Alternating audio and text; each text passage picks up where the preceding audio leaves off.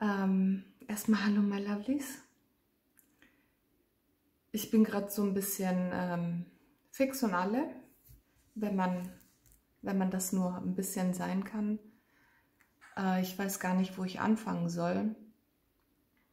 Sorry, falls ich im Laufe des Videos etwas hysterisch wirke. Das triggert mich momentan wirklich enorm. Ich weiß nicht, was da gerade los ist. Ich weiß nicht, was da gerade abgeht. Boah, ich hab so einen Druck auf der Brust, ihr Lieben, das ist... Ich könnte explodieren. Ich könnte explodieren. Ich habe überlegt, ob ich dieses Video überhaupt mache, ob ich das Video überhaupt aufnehme.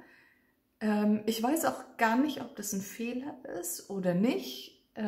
Ich mache es jetzt einfach mal.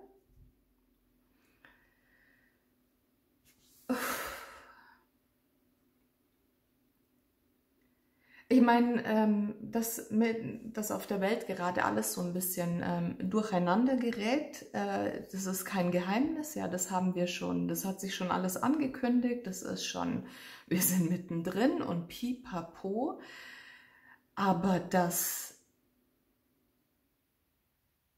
die spirituelle Szene gerade so ausflippt.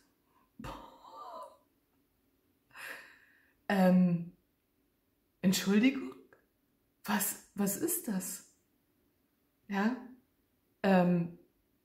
Entschuldigt bitte, ich muss, da sind so viele Dinge in meinem Kopf, ich muss mich immer so ein bisschen zwischendurch sammeln, um so einen Teil der Informationen, die ich erhalten habe, an euch weiterzugeben. Also fangen wir mal ein bisschen weiter vorne an. Einige von euch haben mir zwischendurch in den vergangenen Wochen immer mal wieder irgendwelche Videos zukommen lassen, irgendwelche Berichte von irgendwelchen anderen Menschen, die ich mir angeguckt habe, ja, auf YouTube, auf TikTok, Instagram, Facebook etc. pp.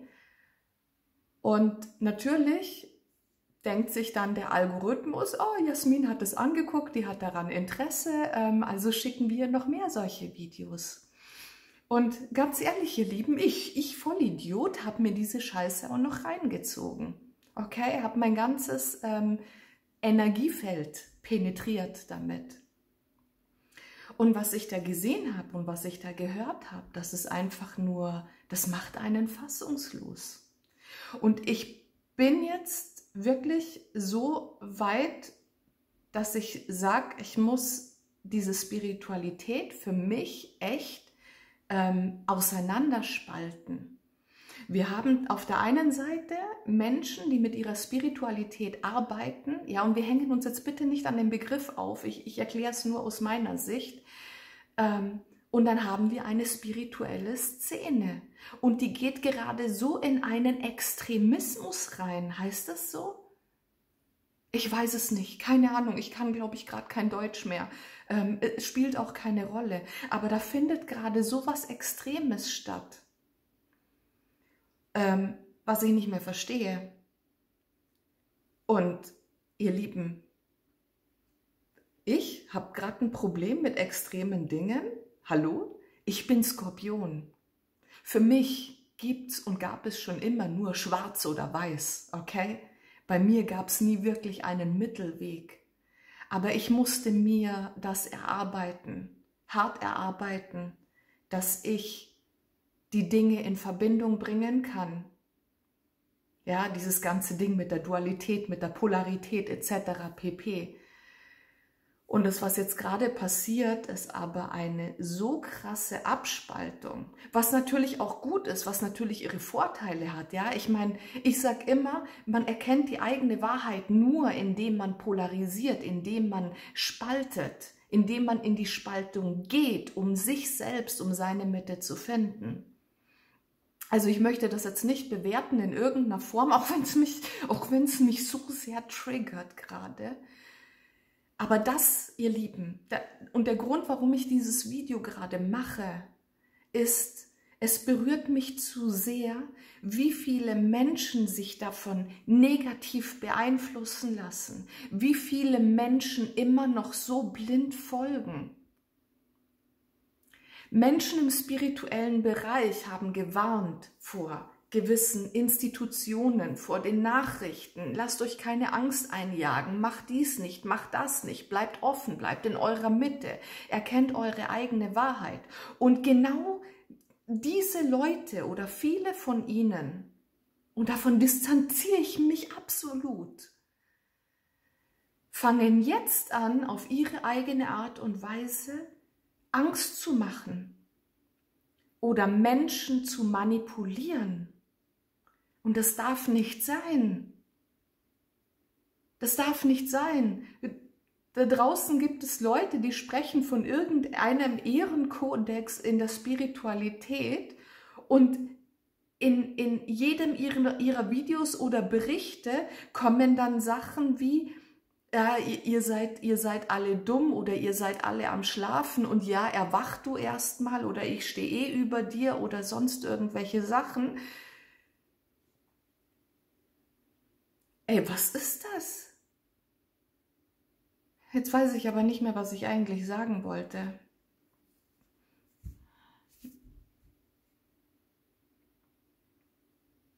Mir wird so schlecht, wenn ich sowas lese und ich halte mich da zurück, ja, also ich bin jetzt nicht eine, die dann drunter kommentiert unter solchen Sachen und versucht, diese Person zu berichtigen. Nee, weil das ist nicht meins, ja, das ist nicht meine Energie und es steht mir nicht zu, irgendwen zu belehren. Aber diese Menschen, die machen sowas, die kommen mit irgendwelchen Dingen, irgendwelchen Botschaften und meinen, sie stehen über alles.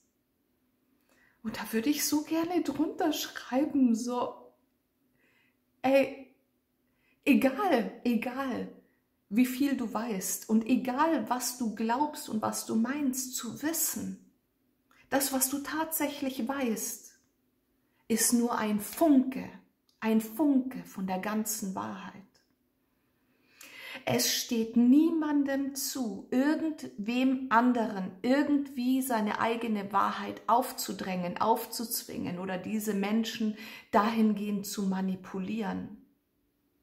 Deswegen, ihr Lieben, bitte, ich weiß nicht, ob ihr solche Dinge auch gesehen habt oder gelesen habt oder gehört habt. Bitte, bitte, bitte, glaubt nichts davon. Glaubt nichts davon, außer das, womit ihr wirklich konform geht. Glaubt nicht mal mir, glaubt nicht meinen Videos, glaubt nicht meinen Botschaften. Nur wenn es mit euch resoniert. Aber gewisse Lügen, die hier verbreitet werden, die können doch nicht resonieren. Und hey, ich bin ein geborener Verschwörungstheoretiker, ja? Also ich habe auch meine eigenen Theorien und meine eigenen Wahrheiten und meine eigenen Überzeugungen. Aber das sind meine. Das sind meine und es wird mir nicht im Traum einfallen, sie irgendwem aufzuerlegen. Und da sind aber Dinge so von wegen, oh, da kommen die Aliens und da wird das passieren, da wird das passieren. Das sind Aussagen. Und wenn jemand dann in den Kommentaren hinterher fragt, so, hey, was meinst du eigentlich damit? Was ist da los? Das wirst du schon sehen, da gibt es keine Erklärungen, gar nichts. Wenn du erwacht wärst, dann wüsstest du es und oder wenn jetzt jemand das so und so schreibt aus seiner Wahrnehmung und dann kommen Dinge wie, ja, das ist deine Wahrnehmung, aber das ist nicht, was ich gemeint habe und weiß nicht, da wird ein spiritueller Krieg entfacht. Ich kann es nicht anders nennen. Das ist nicht gut in meinen Augen. Das finde ich nicht gut. Ich mag das nicht. Das ist abartig. Das ist abartig, Leute, bitte. Ihr Lieben, lasst euch bitte nicht manipulieren. Bitte. von nichts und niemandem. Auf einmal werden Kartenleger runtergemacht. Es sind alles Lügner und Betrüger. Ja, gibt's. Es gibt überall schwarze Schafe. Genauso wie woanders. Ja? Geh mal zu einer Reihe von Ärzten. Statte denen Besuch ab, sag, du hast das und das. Und dann guck mal, welcher Arzt dir wirklich helfen möchte und wer nur Kohle mit dir machen möchte. Das war jetzt nur ein Beispiel, ihr Lieben, ja, aber das gibt es in jedem Bereich. Manche sprechen über andere schwarze Schafe und schreiben dann drunter, naja, weißt du, bei deinem Problem kann nur ich dir helfen. Wenn du bei mir ein Coaching buchst oder so, dann bringe ich dich weiter. Also das war jetzt nur ein Beispiel, weil ich habe da so ein paar Kommentare gelesen und denke mir, du stellst diese Person gerade als dumm hin. Ey, helft euch gegenseitig, euch selbst zu heilen. Ihr braucht niemanden im Außen, ihr braucht keinen Kartenleger, ihr braucht keinen Coach, also im Ernstfall. Jeder kann das selber machen, jeder ist für sich selbst verantwortlich. Natürlich gibt es hier und da Menschen, die können dir eine Hand reichen. Wie viele Leute sind schon zu mir gekommen und haben gesagt, Esben, hier, mach mal da. Sage ich, nein. Das ist nicht mein Job. Ich kann dich nicht heilen. Das steht mir nicht zu. Das ist nicht meine Aufgabe. Und es ist auch nicht mein Recht. Weil was bringt es dir, wenn ich dich heile? Also selbst wenn ich zaubern könnte und ich könnte all deine Wunden heilen, ich würde es nicht tun. Das hat nichts mit Bewusstwerdung zu tun. Das hat nichts mit Erwachen zu tun. Leute wie ich, also die solche Dienstleistungen anbieten, wir können nur eine Hand reichen. Wir können nur in die richtige Richtung schubsen. Wir können nur die Türe zeigen. Aber durchgehen muss die Person alleine. Die Arbeit machen muss diese Person alleine. Diese Therapie durchführen, diese Eigentherapie.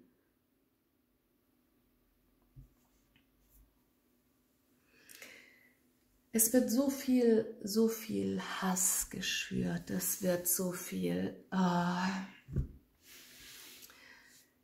ich weiß, ihr Lieben, nochmal zur Wiederholung, ich weiß, alles hat seinen Grund und jeder Schritt ist irgendwo wichtig. Aber ich habe so Angst um leichtgläubige und gutgläubige Menschen, und da sind bestimmt jetzt auch ein paar unter euch, die einfach blind irgendwem vertrauen und irgendwem glauben. Vergesst nicht, wir sind Menschen, wir sind alle nur Menschen. Okay? Wenn jemand zu mir kommt und mir erzählen will, dass er der super Erwachte ist und alles kann und alles weiß, und ich glaube, ich kriege da nur einen hysterischen Lachkrampf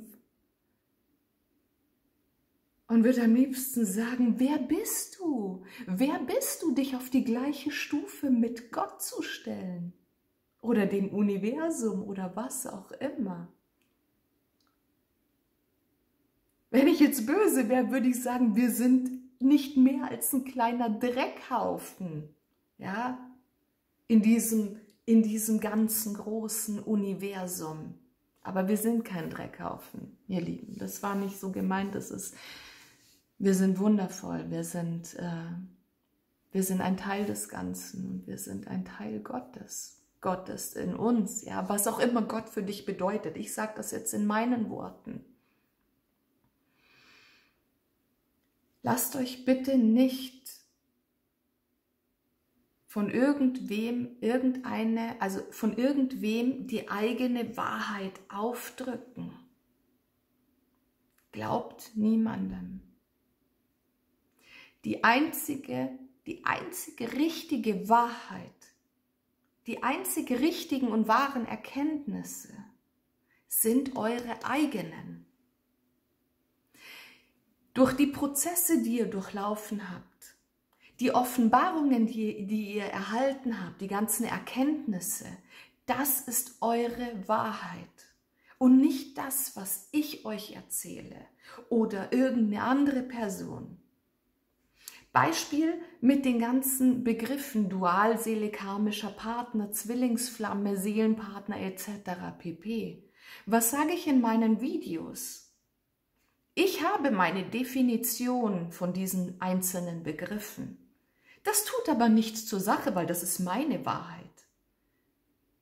Wenn mich jemand fragt, so, hey, wie siehst du das? Was ist deine Definition davon? Kann ich das mitteilen? Und du kannst dann bitte deine eigene Wahrheit daraus filtern. Aber niemand hat das Recht, dir zu sagen, das ist so und so und so. Und nur das ist die Wahrheit.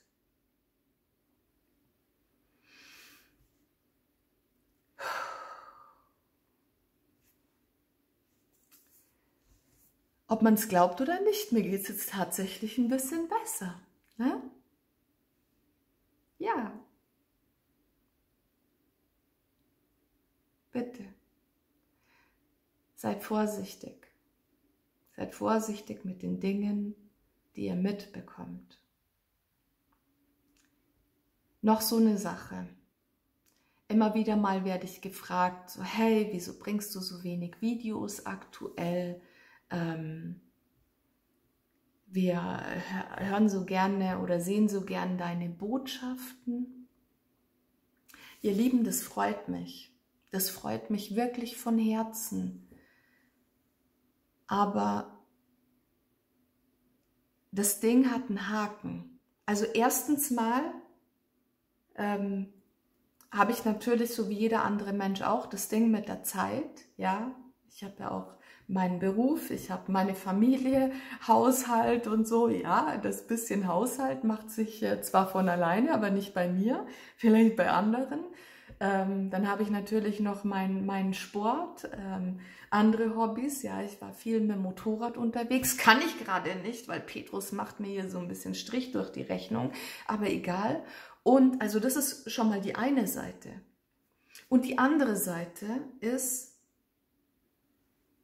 ich kann euch nicht predigen, hinauszugehen und das Leben zu leben und euch dann aber zu Hause fesseln, damit ihr meine Videos anschaut. Weil ich meine, ich weiß ja nie, wie lange die Videos dauern. Es kann sein, ich fange eine Legung an und es sind 10 Minuten durch. Kann aber auch sein, dass die Legung sich auf 40 Minuten ausweitet, ja. Und ich möchte niemanden, ich möchte natürlich Content bereitstellen, weil mir das unheimlich viel Freude bereitet. Aber ich möchte euch nicht fesseln und euch Dinge predigen, an die ich mich selber nicht halte. Das ist nicht meine Wahrheit. Und deswegen ich habe es nicht mal bewusst gemacht. Das Leben hat das so ein bisschen, mein Leben hat es so ein bisschen reduziert. Und ja, wenn wir schon dabei sind beim Quatschen, ich meine, wen es nicht interessiert, der kann natürlich ausmachen oder hörst dir auch gerne in doppelter Geschwindigkeit an. Ich höre mir Videos nur noch in doppelter Geschwindigkeit an, eigentlich auf YouTube, außer es sind Musikvideos. Ich habe ein ultra großes Problem mit den Karten aktuell. Ich sage euch auch warum. Ich liebe Kartenlegen, ja, aber um Energien intuitiv zu deuten, was ich ja eigentlich mache, dafür brauche ich keine Karten oder kein Pendel oder sonst irgendwas. Ja, ich meine, das haben wir ja alle in uns. Also wir brauchen hier kein Papier, um ja, irgendwelche Infos zu sehen oder sonst irgendwas. Und das hängt jetzt auch mit dem Thema von vorhin zusammen. Ich mache es aber gerne, weil ich hab einfach gerne so die Karten und so, das ist mein Ding und das macht mir Spaß.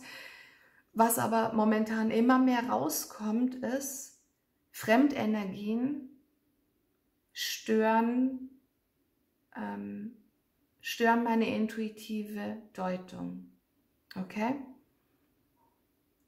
Wir nehmen jetzt einfach, Moment, ich hole mir jetzt einfach mal irgendeine Karte hier raus, hier das Lightseers Deck, da zum Beispiel. Ich nehme jetzt einfach mal hier die 4 der Münzen. Okay, habe ich einfach so jetzt rausgezogen. Im Tarot, bei den Kipperkarten oder bei den Lenormand-Karten, gibt es quasi eine gewisse Grundstruktur an Bedeutung. Okay? Jetzt ist es aber so, jedes Kartendeck, sie sehen ja nicht alle gleich aus, jedes Kartendeck hat ein bisschen eine andere Struktur. Also das Grundgerüst ist bei allen gleich, ja, steht ja auch hier 4 der Münzen zum Beispiel, aber jeder Creator oder derjenige, der halt dieses Kartendeck entworfen hat, hat hier vielleicht ein bisschen andere oder abgewandelte Bilder drauf. Das heißt jetzt also, diese Karten sind von Menschen gemacht, die ihre eigene Wahrheit mit reinbringen. Das heißt, ich habe mittlerweile, glaube ich, über 100 Kartendecks. Wie viele davon Tarotdecks sind, weiß ich nicht. Sagen wir mal, keine Ahnung, sagen wir mal, ich habe 30 Tarotkartendecks hier. Und wenn ich jetzt aus diesen 30 Kartendecks die 4 der Münzen raussuche, hat jede einzelne Karte eine abweichende Energie. Das Grundgerüst ist zwar gleich, weil es sind die 4 der Münzen, aber in der Bedeutung weicht es etwas ab. Und das widerspricht sich mit meiner intuitiven Energie, weil, wenn ich jetzt einfach nur simpel die Karten deuten müsste oder würde, dann müsste ich ja die Definition der Person quasi aussprechen, die dieses Kartendeck kreiert hat. Deswegen, ihr Lieben, habe ich auch nie die dazugehörigen Bücher dazu gelesen. Ja, weil wenn man jetzt ein namhaftes Kartendeck kauft, hat man immer noch ein Begleitbuch dazu, wo die ganzen Bedeutungen drinstehen. Ja, in aufrechter Lage, in Kopflage, wie das zu deuten ist mit den umliegenden Karten etc. pp. Das widerspricht aber meiner Natur, weil wenn ich hier lege, für mich, für euch in persönlichen Beratungen, dann möchte ich meine Wahrheit mitgeben. Und das ist eben ein großes Problem aktuell mit meinen ganzen Kartendecks, weil die Frequenzen prallen aufeinander. Es gibt Zeitqualitäten oder es gibt Zeitabschnitte, da kann man das ausblenden, also da gebe ich nur meine intuitive Deutung rein. Dann gibt es Zeiten, wo ich die Deutung des Autors, sage ich jetzt einfach mal, des Designers hier weitergebe. Und momentan ist es aber so, stell dir das vor wie ein Gewitter. Ja, die Karten liegen aus und ich sitze da und die Bedeutung der Karten dieses Autors und meine Intuition, die prallen aneinander und es gibt so ein Gewitter. Am liebsten, ich glaube, ich habe es letztes Mal schon gesagt, am liebsten würde ich meine ganzen Kartendecks aussortieren. Also Tarot, Kipper, Lenormand einfach weg damit. Ich bringe es aber noch nicht übers Herz, muss ich ehrlich gestehen. Ja, vielleicht mein Ego, das noch festhält. Am liebsten hätte ich nur noch Karten mit Bildern.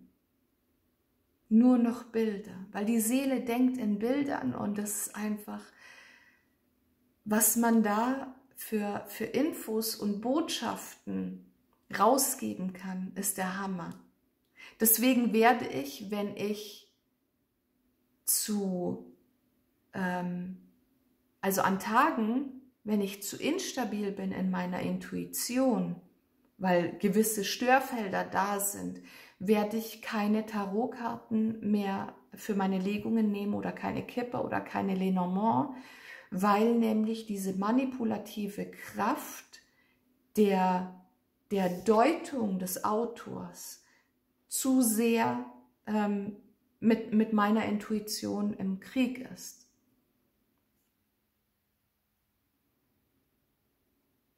War das verständlich? Keine Ahnung. Ich kann es gerade nicht besser erklären. Ihr wisst ja. Manchmal fehlen mir einfach die Worte. Manchmal habe ich überhaupt keinen Bock zu reden. Einfach nur schweigen und fühlen. Okay. Jetzt habe ich euch lang genug zugelabert. Herzensdank, falls du bis hierher dabei bist. Wenn du magst, lass unten in den Kommentaren gerne ein irgendwas da, falls du bis zum Ende geblieben bist, dass ich auch mal vielleicht sehen kann, wer interessiert sich eigentlich für meinen Content, wenn es nicht irgendeine Liebesbotschaft ist oder irgendeine Prognose in Bezug auf ein Gegenüber oder sonst irgendwas, ja, weil das ist nicht, mein Kanal ist nicht nur dafür da.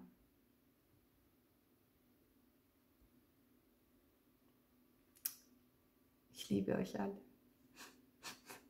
So, jetzt bin ich wieder happy, ihr Lieben. Seht ihr, manchmal muss man sich nur ein bisschen auskotzen und hey, ich war echt gut, ja, ich bin nicht ausgeflippt, also muss mir mal kurz auf die Schultern klopfen.